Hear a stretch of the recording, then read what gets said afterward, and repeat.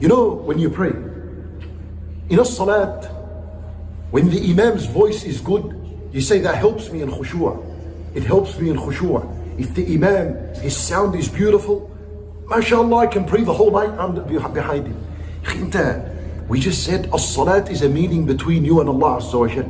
There will come a day in which we will hear Allah subhanahu wa ta'ala. If the sound of the Imam, if the voice of the Imam motivated you to pray the entire night behind him because of his voice, imagine then when you hear Allah subhanahu wa ta'ala himself. Salamun qawlan min Rabbir Rahim. Allah speaks to his servants. And this is when we die, when eventually we're all gone and dead. Angels, they come. You know what they do? They come with kafan min akfan al-jannah wa hanutun min hanut al-jannah. When the angels, they come to a person, when they present themselves to a person as he's dying, they take his soul. The soul's out now. They shroud it with the shrouding of the paradise. Yani you're dressed with garments of the paradise. And it's perfumed with perfume of the paradise. Why?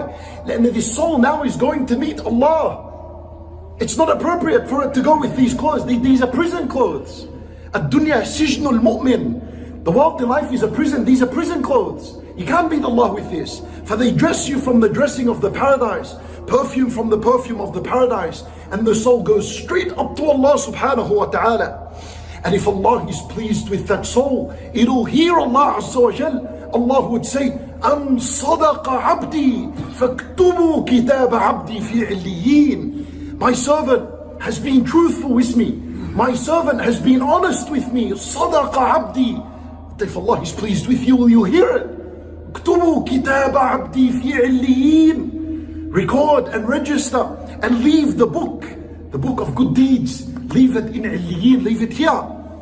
With Allah subhanahu wa ta'ala, this is your title deed to your property in the paradise. You know, with any title deed in life, where is it? You don't keep it hanging anywhere. You either put it with a lawyer, you put it in a safe, you lock on it. One document could be that expensive. Anta kitab al-abd. Your book, your record, هذا your title deed to your property in the paradise. For Allah reserves it and keeps it with him. And then your soul is sent back down and into the grave, into your body. And this is why now the believer, what does he say? Nabi sallallahu alayhi wa sallam, he says to us that the believer, from then he would say, Rabbi aqim as-sa'a, Rabbi aqim as-sa'a. Hurry up my Lord, hasten the hour, bring it, Yallah, khalas. This is the meaning of Allah. There's supposed to be a rush.